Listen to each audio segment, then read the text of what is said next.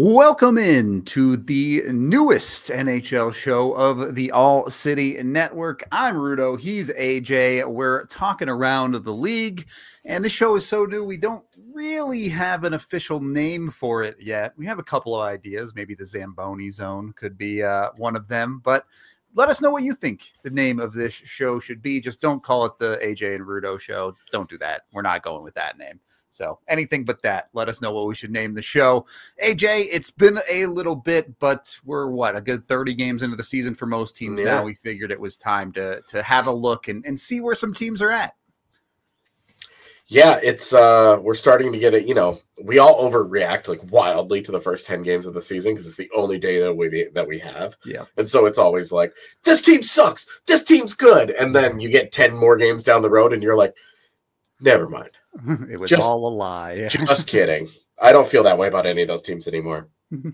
And now that, we're 30 games in, we're starting to approach that halfway point of the season. And, we're within shouting distance of it. And we're starting to learn some things about some teams that we're not entirely trusting of. Yeah, not full believers in some things. We'll get into some of the mirages around the league in a little bit, but we wanted to start with the biggest surprises of the season on a team basis. And look, I think there's a couple of obvious ones in the Central Division, but you can also look to the East and find a few teams. But what's number one on the list for you, AJ? Which of these teams, good or bad, has been the most off of what you expected?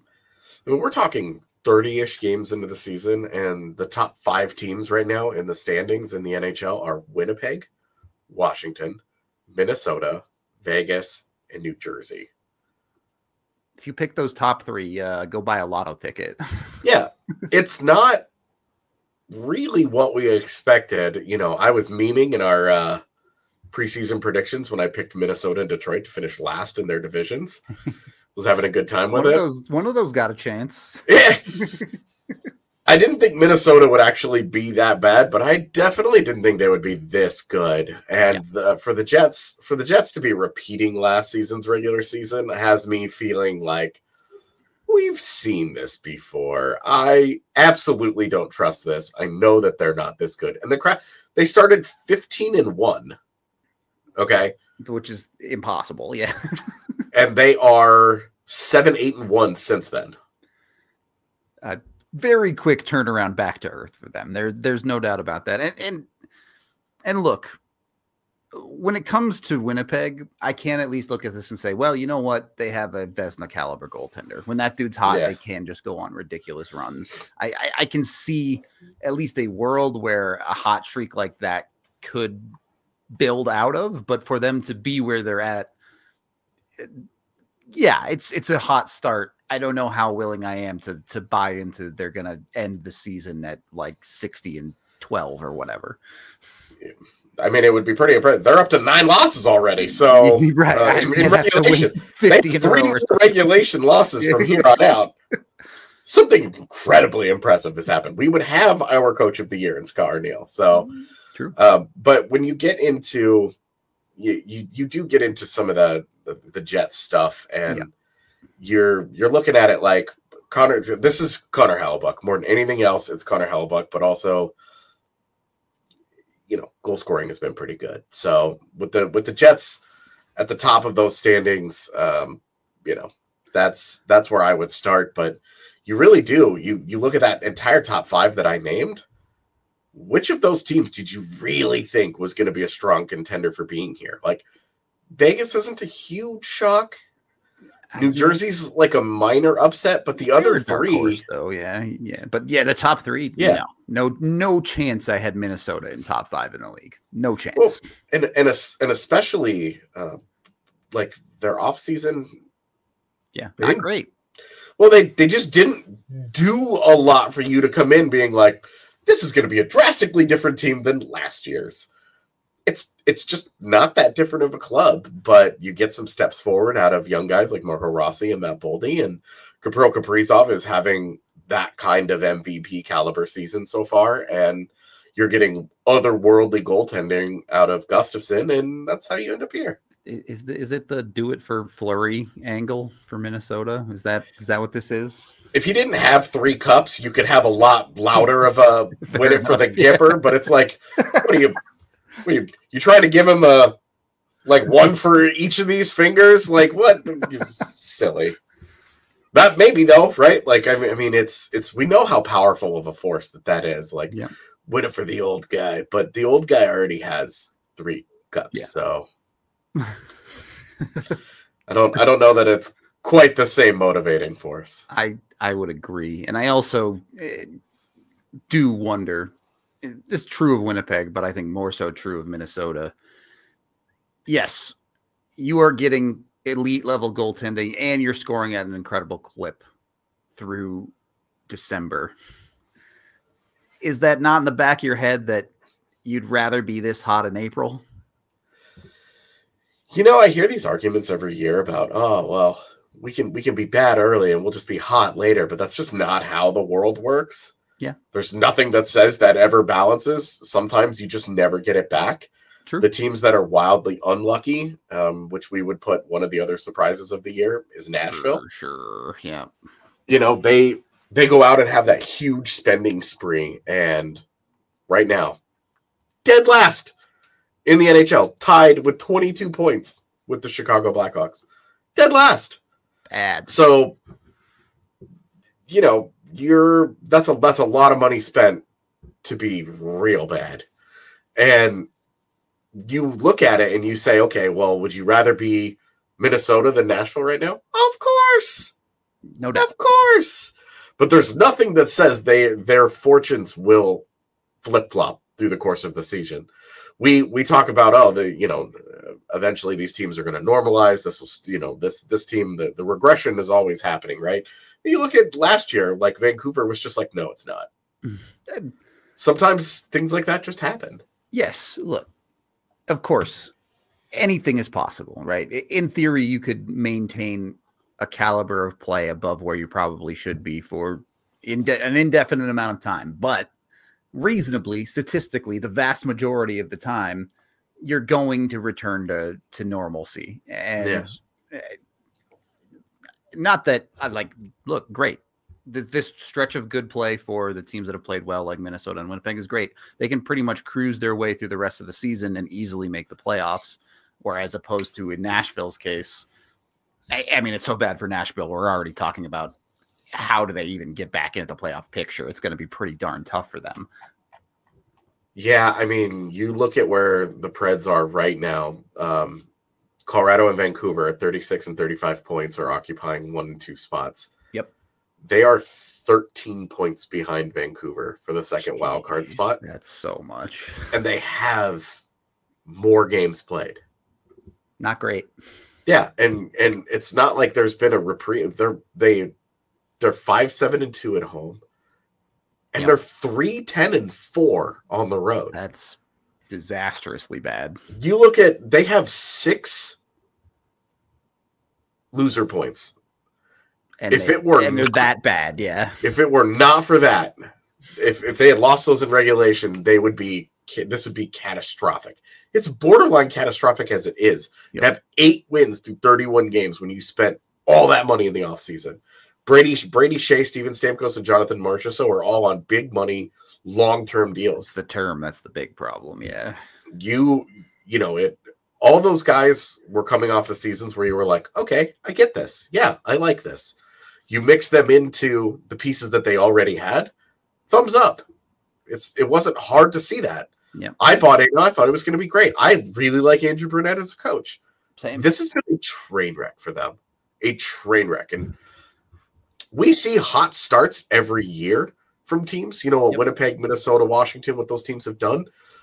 It's surprising because of relative to their preseason expectations. Yep. We see that every year. We do not see teams go hard in the paint in free agency and then watch their season blown up by game 30. Games in, yeah.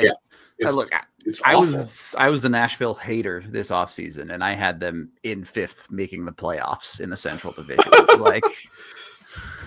Real hater energy there. They're going to make the postseason. Right.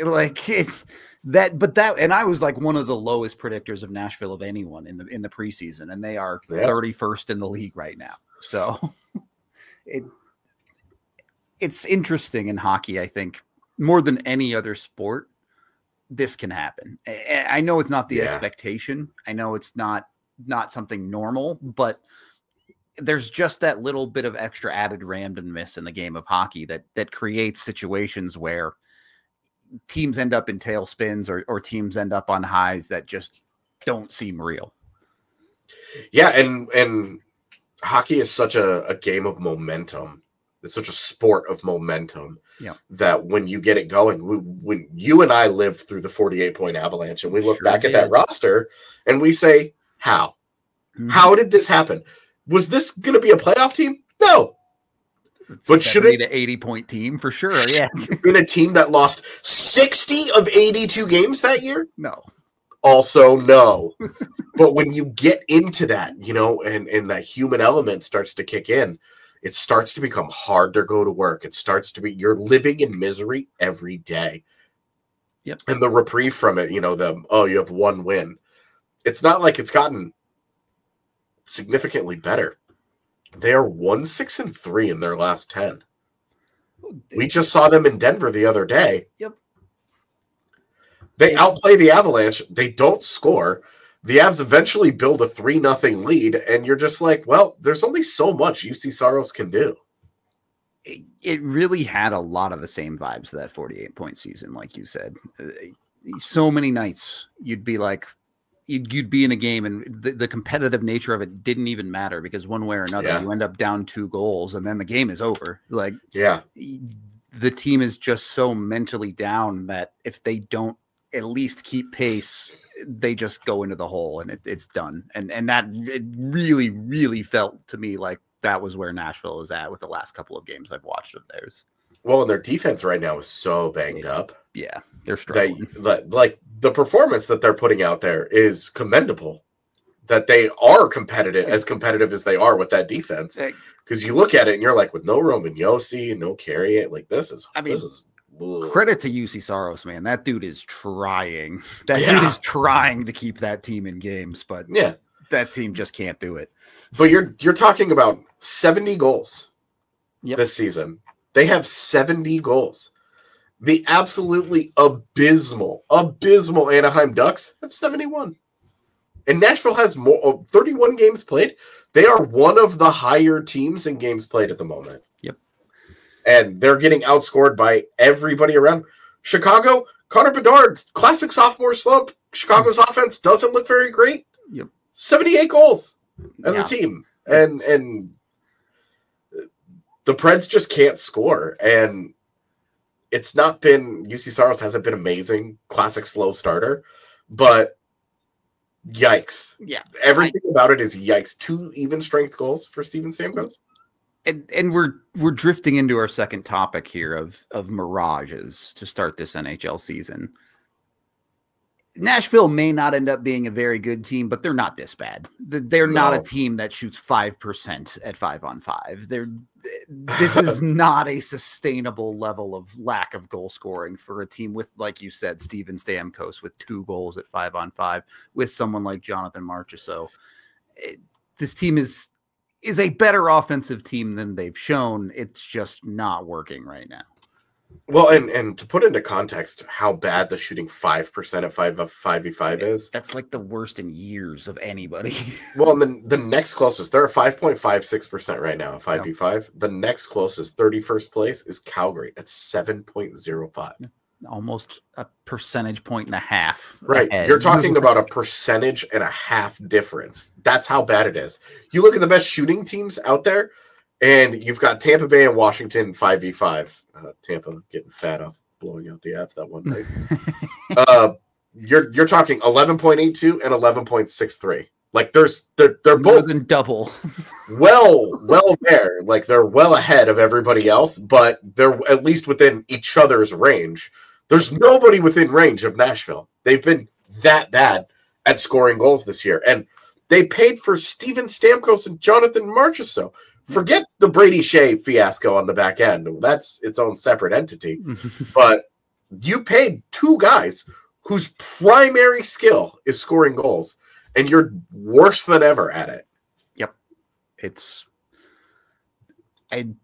incredible how things end up like this. And you look at it, and you kind of mentioned him earlier, but Andrew Brunette took a team that was heavily reliant on their defense to produce offense last season and turn them into a real offensive team. That they weren't like top of the league or anything, but they were a functional, productive NHL offensive team last year. Yeah. And all of these new guys have just not worked at all. Yeah. And we talk about this every year. Give them 10, 20 games to kind of settle in and see how the new guys adapt. It should not be colossal failure level of bad. Yep. And if you do look at their underlying numbers, they're not that bad. Yep. They're nothing to write home about. They're league average both offensively and defensively in generating chances. They're nothing special. They're okay on the power play. They're great on the penalty kill. Their results have been spectacular on the penalty kill. Yep. But their underlyings will tell you that they're fine. Their goals saved above expected, all that stuff, like all of that is great. It comes down to they can't score. Yep. They cannot score. They are 24 goals below expected right now. That's outrageously bad. Like if you're like within like 3 or 4 goals, you're kind of like, all right, like you're kind of within the range that you would think that you should be. But that many, and if you end up 24 at the end of the year, you're disappointed. 24 at game 31, you're almost losing a goal per game that you should be scoring. It's terrible. It's been a total nightmare for them. They're at 71 and they should be at 95. That's what 24 goals below expected means. Bro. I can't even with that. Yeah. Maybe it's a good thing for the Avs that they played that team 3 times already. Got it out of the way when they're in the downswing. Well, we say that, and the Avs have won 2 of those 3 games, but that first game, you remember, they did lose. Well, and the lineup for the Avs in that game. I have taken to watching all opposing broadcasts this year because I'm no longer subjected to altitude or nothing. So I have that option, and I've been listening to the roads, and that first game, Nashville did not talk about the injuries at all. This last game, where Nashville's defense was super banged up, talked about it constantly. I was like, guys. It's the way it goes. It's the way it goes. What's good for the goose is good for the gander, my friend. Let's switch to another team, which I think maybe isn't a mirage start, but is still extremely impressive in the Washington Capitals. Yeah, you look at what is this? Because you remember they sneak into the postseason last year. Yeah. The Eastern Conference had 7 clear-cut playoff teams, and then Washington made it and got bopped in round 1, and we were all kind of like, yeah, okay. Don't have like an incredible summer. You know, not great. Yeah. Nick Jensen for Jacob Chikrin swap is all right. It's interesting. Yep. But for the most part, this is Alexander Ovechkin resurgence, and Dylan Strome becomes the franchise center that everybody expected when he was drafted. And then we all forgot about because it didn't happen for him in either Arizona or Chicago. And now he's exceptional. The guy looks amazing. And you're looking at Washington as a team drives the hell out of play. And they put a lot of chances right in front of the goaltender. They play right around that crease area at a very high level. Their power play is really good. Their defense and their PK, they're solid. And they're getting quality goaltending. It's not amazing. No. But their goal scoring and their offense, everything about what they're doing with the puck is excellent. And I'll be honest, like in the early part of the season, I really didn't pay that much attention to Washington. It was just the Ovi show to me. I was like, wow, Ovechkin's playing out of his mind. He really wants to chase down that Gretzky record. Here we go. And then Ovechkin got hurt. And Washington just kept on trucking just fine. So it was like, oh, hang on a minute. What's happening here? Yeah. Alex Ovechkin gets hurt. Their last 10 games, they're 8-1-1. Pretty good. They're 21-6-2. I mean, I don't know that anyone can sustain a pace like that, but they sure seem pretty legit front to back to me. They have a plus 38 goal differential. They're great home. They're great away. It has not mattered. They've been great everywhere. I mean, when you're 21-6-2, it doesn't really matter what building you're in. Great everywhere, you're winning a lot of games no matter what. Yep. It's a team that we talk about as a surprise. I'm not talking about them as a mirage. Yeah. Maybe at this level, but what they're doing offensively is so good. There's a lot of sustainability behind it for sure. Yeah. We should be having a conversation about Spencer Carberry as one of the next great NHL coaches, because this guy has this team absolutely locked in right now. They're playing great hockey. There's another team I want to talk about specifically, but we can wait on them for a little bit because I know you had a list of a couple other teams you wanted to get to on the Mirages, AJ. Yeah, so the Jets, obviously. You look at a lot of their underlings. You look at kind of who they are. They should be a below average offensive team, and they have scored like gangbusters. Yep, it has been insane. Their power play has been insane, and their power play should be below average. They don't really generate a ton of really good scoring chances, and they just capitalize on everything. Their goaltending, obviously, Connor Hellebuyck is coming off a Vezina season. Right now, he's on his way to another Vezina season. He's putting together back-to-back seasons of just like, hey, it doesn't even really matter, the team in front of me. I'm just going to be incredible. And everybody's going to kind of roll their eyes and be like, yeah, but remember what happened in the postseason? And as delightful as that was, do you really want to keep taking chances that Connor Hellebuyck's going to be not very good in the playoffs? I don't know. I think it's on Winnipeg this year to not run him into the ground like they did last season, but also they might not have much of a choice because this team is way more flawed than last year's team, in my opinion. A lot of their underlyings, the way they're playing the game, are really concerning. They should be giving up some goals that they aren't because Hellebuyck's the great eraser.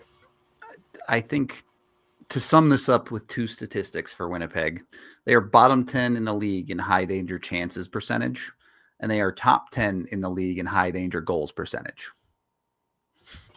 That's math ain't math, my friend. One. Yeah. Clean living. If you want to talk about unsustainability, that's it right there. So yeah. And as we've mentioned, the crash has already kind of started. They're 4-5-1 in their last 10. Downswing. Yep, for sure. Yeah, and you have a 15-1 start. It's the greatest start in NHL history, and everybody in Winnipeg's dancing in the streets. It's incredible, right? But as I mentioned earlier, 7-8-1 since then. It is interesting to see at this time of year with the statistics. Yes, they do mean more than when you were 10 games in. There is enough of a sample size to start taking value from these numbers. But also at the same time, you look at a team like Winnipeg, who a lot of these numbers are really good because they're coasting off those first 16 games versus a team like the Avalanche, who you are looking at as a lot of their numbers are horrible, particularly in the goaltending category because of two guys that don't even play on the team anymore. That's incredible to say, honestly. Yeah. So just keep that in mind, that even at 30 game sample sizes, especially when you're looking at extremes like teams at the top, like a Winnipeg, or teams at the bottom, like a Nashville, there are probably some significant factors affecting where those numbers are at that might not just be, hey, they're bad. Well, and while we're talking about Winnipeg as a mirage, on November 13th, they were 15-1. Yep. They had 30 points in 16 games. That's, Jesus, what a stretch. They had a 7-point lead on Minnesota. Now it's on November 13th. It's down to one. And Minnesota has a game in hand. So it's down to 1 already. A team that started 15-1 come New Year's may not even be leading their own division. Yep. And that's tough because they run right into the other mirage. Because we are talking about Minnesota. Look, Kirill Kaprizov is having he's the man. He's the man. Hard caliber season. It is so hard to be a team's clear-cut best player as a wing. It is so hard to be led by a wing. We saw how hard it was for the Caps all those years with Ovi. Greatest goal scorer of all time in Alexander Ovechkin. And they had to work so hard to build it up around them. Yep. That we're seeing with the Wild, like they are brilliant defensively, which is really helping Philip Gustafsson in net. Yep. Great. But they are a major mirage to me because offensively, a major mirage as opposed to a minor mirage. Their offense is bad. Yep. Like they do not drive a lot of play. Yeah. Turns out when your only play driver is a winger, it's hard to drive play. It does turn out that is the case. Just like it's not even a team where we're talking about like, oh, their results are mid. There's, oh, they should be middle of the pack. No. What they have been doing offensively this year has been pretty bad. But Kirill Kaprizov has been hard carrying them to greatness and a legitimately excellent defense. Their suppression is making the job easier for Gustafsson, and Gustafsson's doing everything that you want out of a starter. Look, you're top 3 in the league in goal prevention. That the defense wins championships mantra often rings true, right? Not that I'm saying Minnesota's going to win a championship or anything, but if you had to pick to be better at offense or defense, I think there's a lot of coaches in the world that would take defense. Yeah. So. Yeah, I mean, you look at them at 5v5. They're still on the positive side of expected goals for because, again, their suppression is elite. Yep. But it's the 57 created, 51 allowed. Their actual is 65 scored and 43 allowed. They've outperformed their expected on both ends. Yeah. So when you look at when we're talking about a Mirage team, a team right at the top of the PDO Olympics, they have a 1029 PDO at 5v5 right now. Like this is a team that is just you're expecting some level of crash. For the record, Washington also very high in the PDO Olympics, but again, some of their underlying stuff is a lot better. There's more structure to the support of that number for Washington compared to Minnesota, which I know we talk numbers a lot. Let me put it to you a little bit of a different way with Minnesota. Here are teams that are generating more expected goals than Minnesota this year. Seattle, San Jose, Calgary, Anaheim, Philadelphia, Montreal. All the teams in the basement should be scoring at a higher rate than this Minnesota team is scoring based on their expected. And they're not great generating offense. Yep. And look, sometimes puck go net anyway, but eventually it's going to stop. So it'll be interesting to see because I think, like you said, their defense is extremely good. So what happens when the goal scoring dries up? Can Minnesota find ways to win games 2-1, 3-2, that style of hockey game? What we know about hockey and how it works is that you're a lot likelier to give up a few goals than you are to go on a hot goal scoring binge. Yep. There's nothing in the world that says you're going to get it back on offense, that you're suddenly just going to be able to start beating goaltenders left and right for a few weeks. And they've had those few weeks already. Yep. The reality is that they probably have an offensive crash coming. Their suppression and their goal prevention has to remain elite in order to keep them from not falling off by having a real hard turn for the worse in the standings. We'll see. We'll see if they can survive it. Yeah. I would say any other Mirage teams that you really want to get into, or should I keep going? I don't know that they're a Mirage necessarily, but the New York Rangers are a very interesting conversation. They started the year pretty well, not like unbelievable or anything. And then they have just in the last 3-4 weeks fallen off an absolute cliff. I mean, it seems like they cannot do anything right on the ice. Just because I have it pulled up from looking at Winnipeg's hot start, that November 13th date, because that's when Winnipeg was 15-1. A month into the season, yeah. Yeah, the Rangers were 9-4-1 with 19 points, and it was like, oh, they're mostly a victim of a strong division. You fast forward to today, they have gone from 9-4-1 to 15-14-1, and they are behind Tampa Bay, Ottawa, and Philadelphia, and tied with Pittsburgh and the Islanders. So 6 in that wild card race in their last 16. Yeah, 4 games below 500. 3-7 in the last 10, and openly hearing conversation like they've already traded their captain, like right, and in like a super controversial way, where they were like, "Accept the trade or else." Yeah, like strong arming him, the guy that you named your captain. Imagine doing that to Gabe Landeskog. You want to get rid of him so badly that you're like, Gabe, get out, or else. Report to Loveland. Yeah. Could you imagine? I honestly. No, I can't. I cannot imagine that with Gabe Landeskog. Never in a million. All I'm saying is during that 2012 lockout, Gabe Landeskog was AHL eligible and should have been a Lake Erie Monster just for the jersey. That would be a sick jersey. Whatever. I'll get over it someday. No, you won't. You're taking that one to your grave, buddy.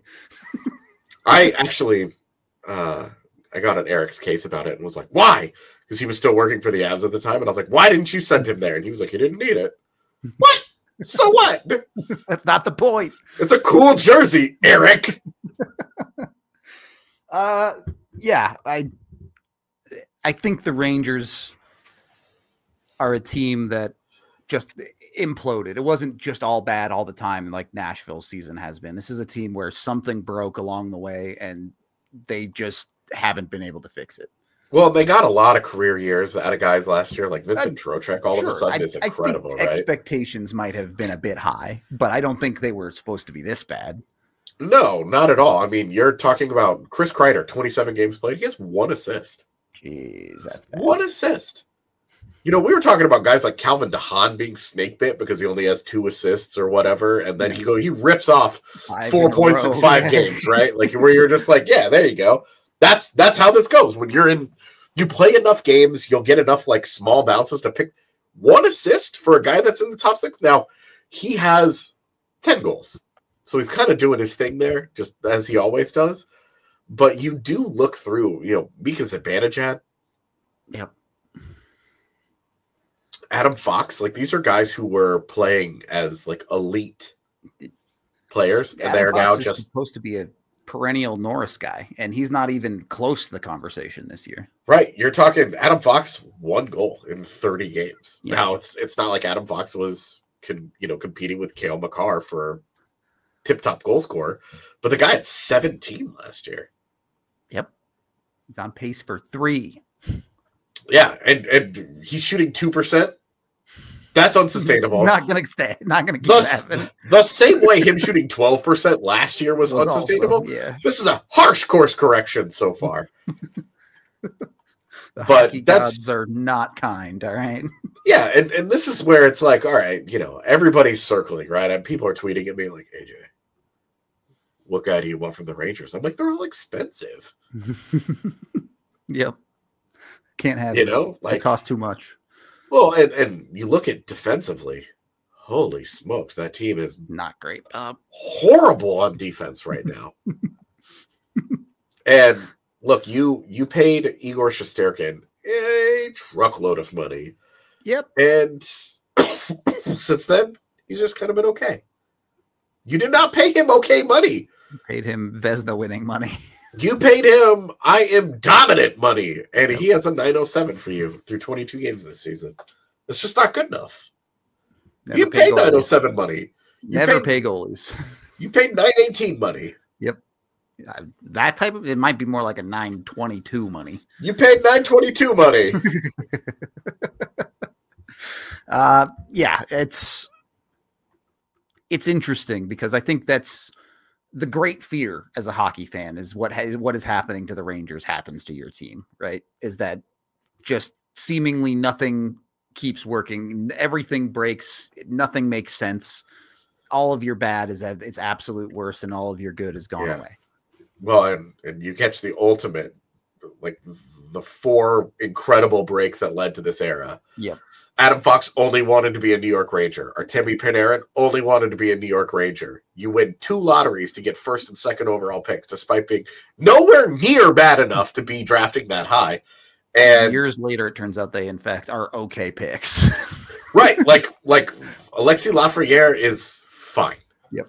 Capo Caco is like annually on the trade block where you're just like, yep. Second overall, you're talking about a guy that's probably not going to live up to that draft billing, although he's a definite NHL player. We're not talking about him dropping out of the league, but it's whoops. you kind of blew this chance to have a special generation, and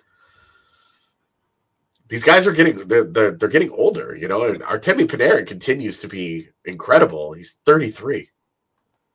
Like, you don't have much longer to go. They weren't exactly a young team either. Like, right. That's got to be the fear for Chris Drury, is that you don't have time to retool here because your best player is on the verge of aging out any given year.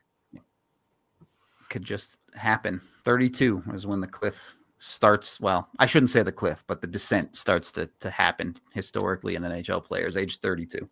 Yeah. So, any other Mirage teams, or should we move on to our next topic here?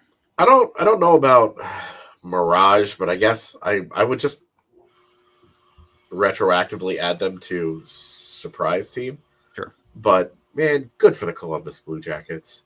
They're battling, they're fighting. Good for them finding some guys and actually winning some games and being competitive. 12, 14, and 5, given what happened to them in the offseason.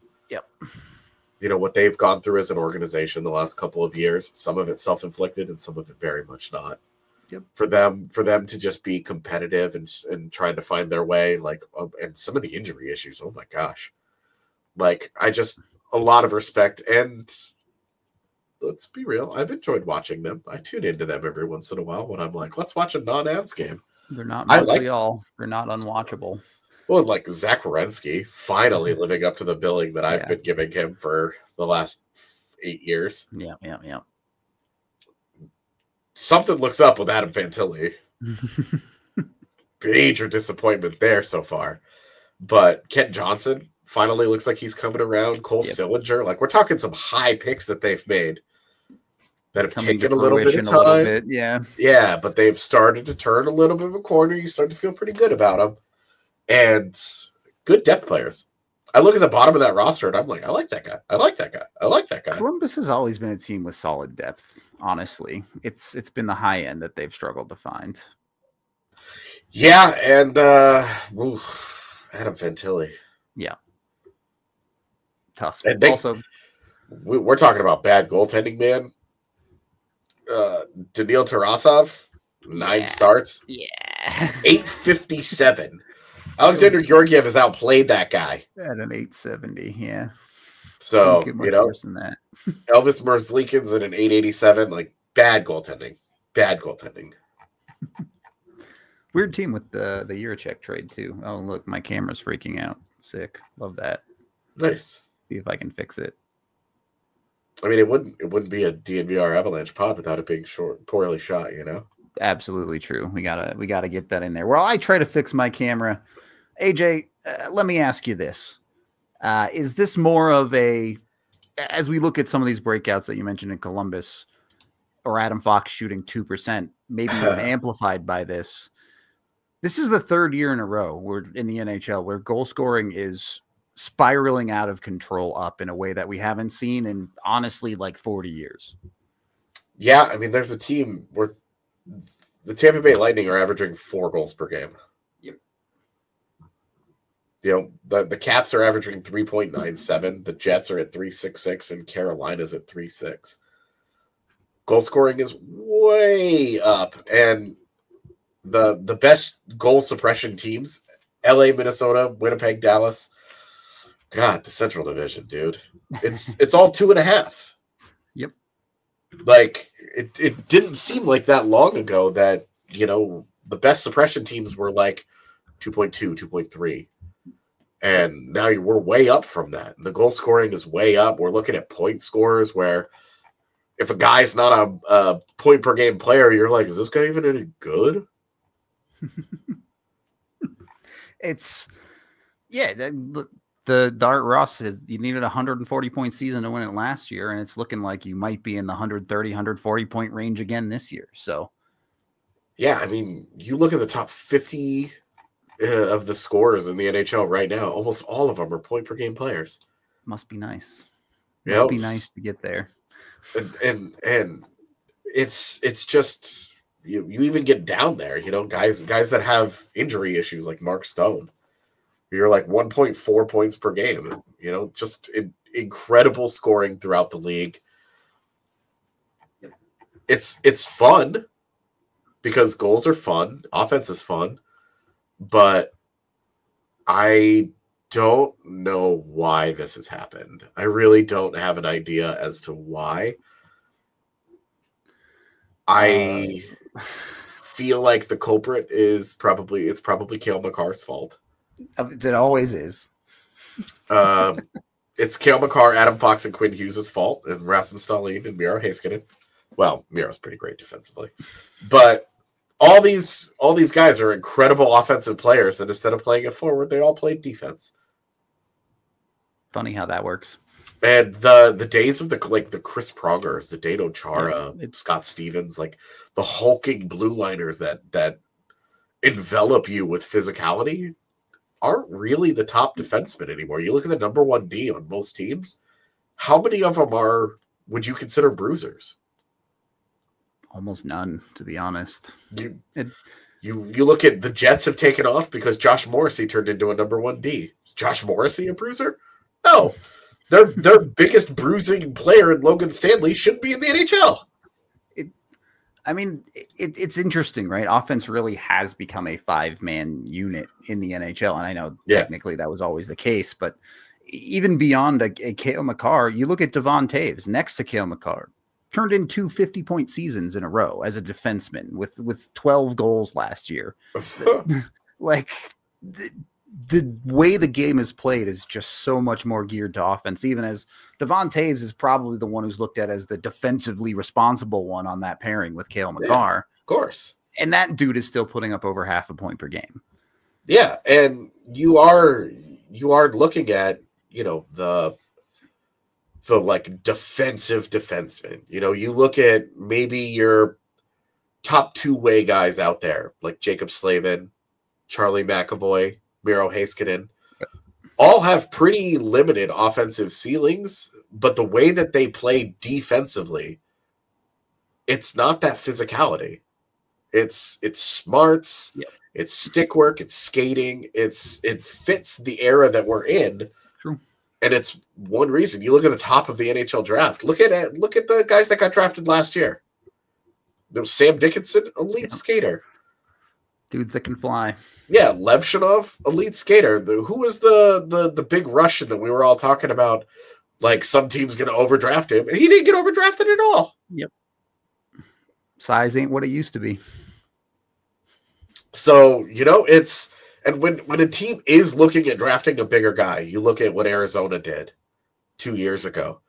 It's a guy that moves exceptionally well. You have to be able to skate. The days of like the thunderous hitters that had cemented for feet, they're just not these. That's not this era. Yeah, maybe it's the next one, but it's not this one. The value of puck moving defensemen, guys like Sam Girard. 15 years ago, we might be talking about Sam Girard might not be in the league, and Sam Girard in this league, very valuable. I will say I do think there's been an ideology shift in the NHL as well. And this, go back a decade, Patrick Waugh comes into the league, you start pulling your goalies outrageously early. And like Waugh was the extreme of that, of course, but we've seen around the league, especially if you're down more than one, teams have been a lot more aggressive about pulling their goalie since that shift. And then you're starting to add even on top of that, as it's becoming more and more common in a 6-on-5 situation. What are teams doing? They're playing 5 forward. So there does look to be, obviously it might well be the correct decision because you're trying to win hockey games. But I do think there's been an adjustment towards offense stylistically, systemically in NHL head coaches as well. Yeah, and you look at the bad teams in the NHL. Mm-hmm. Those teams are not trying to lock it down and win 2-1 and play super safe. Yep. They're going for it. They're saying, all right, take your lumps, Connor Bedard. Like, go be crazy, man. Yep. Get out cool there. Stuff. Yeah, get out there and let's see. Let's Raptor testing defense mode. Go and see what's up. And sometimes it doesn't go great. Right, but you know, worry about like the defense later. Yep. Is kind of how they're, you know, I say that, and Chicago's actually like a horrible example because they're terrible offensively. But that's why does cool stuff sometimes. That's why their head coach got fired. Yeah. And you can see, it was like a few days before Luke Richardson got fired, I was talking about Connor Bedard and was like, dude, I watch Blackhawks games. You just look at him. He's trying to play defense. He's worried about being defensively responsible, and he's this and that. Like, that's not your job, you drafted him to be a generational offensive talent. Go do that. This is the league for him. A guy his size might have struggled more in previous eras with the physicality and the size, but again, not this era. That's just not the world that we live in. And you look at what is valued on defense. The top of the last year's draft tells you all of it. Almost none of those guys are polished defenders, and most of them were drafted where they were because of what they could do with the puck. Yep. Best defense is a good offense sometimes. And just to reinforce that point, look at the best players in the world right now. Look at the players, those drafted players. Who did they grow up watching? Connor McDavid, Leon Draisaitl, Nathan McKinnon. Sidney Crosby, Alexander Ovechkin. I think Crosby's a little bit different because these other guys are, let's be honest, the defense in their games is maybe not their strongest asset. Suspect. So, but those are the players that kids coming up today are emulating. And so it shouldn't be a surprise to anyone that it's offense first for those guys. Yeah. And you can't win games 0-0. You have to score. Yep. You have to score at least once to win a hockey game. You have to score. A fact worth noting, for sure. Big time analysis on our unnamed podcast here. Look, I think it is an important statement, though, because you and I are as big at analytics people as anyone. But guess what? Your analytics can tell you whatever you want. And over the long stretch, they will probably come to fruition. But in a singular hockey game, if you score more, you win. That's it. That's the end of the statement. It doesn't matter what it looks like. If you score more, you win. True. I don't know what else to tell you. True, man. That's all the topics I really had, AJ. Anything else you wanted to touch on, or should we call this the first episode? I'm good. All right. We are going to wrap this one up then. Not exactly sure what we'll be doing with this one. Probably at least a bi-weekly pod. Maybe when things are busy, we'll be looking more every single week for you guys. But we know a lot of you have been asking for more around the league information, and AJ and I have really wanted to hop back on a pod together to do a little bit of talking hockey. So keep your eyes out for this, at very least on the DNVR channels, but who knows, maybe we'll end up on some other channels too. If you guys support us and show us around enough, we could be a national show. Who's to say? We appreciate y'all. We are out of here for this one, and you'll see our faces again probably in a week or two.